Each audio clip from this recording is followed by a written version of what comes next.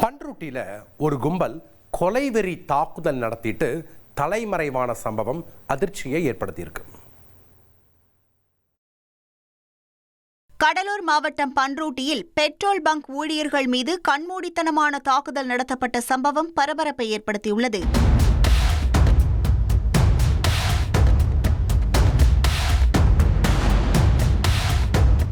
Union அலுவலகம் அருகே உள்ள பெட்ரோல் பங்கிற்கு இருசக்கர வாகனத்தில் சென்ற இருவர் வரிசையில் நிற்காமல் தனது வாகனத்திற்கு உடனடியாக பெட்ரோல் நிரப்ப வேண்டும் என கேட்டுள்ளனர். இதில் ஏற்பட்ட பிரச்சினையில் 5 பேர் கொண்ட கும்பல் அங்கு சென்று கொலைவெறி தாக்குதல் நடத்தியது.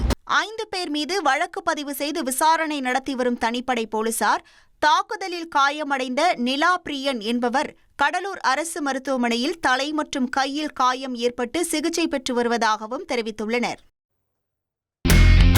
இனி செல்லும் இடமெல்லாம் செய்தி.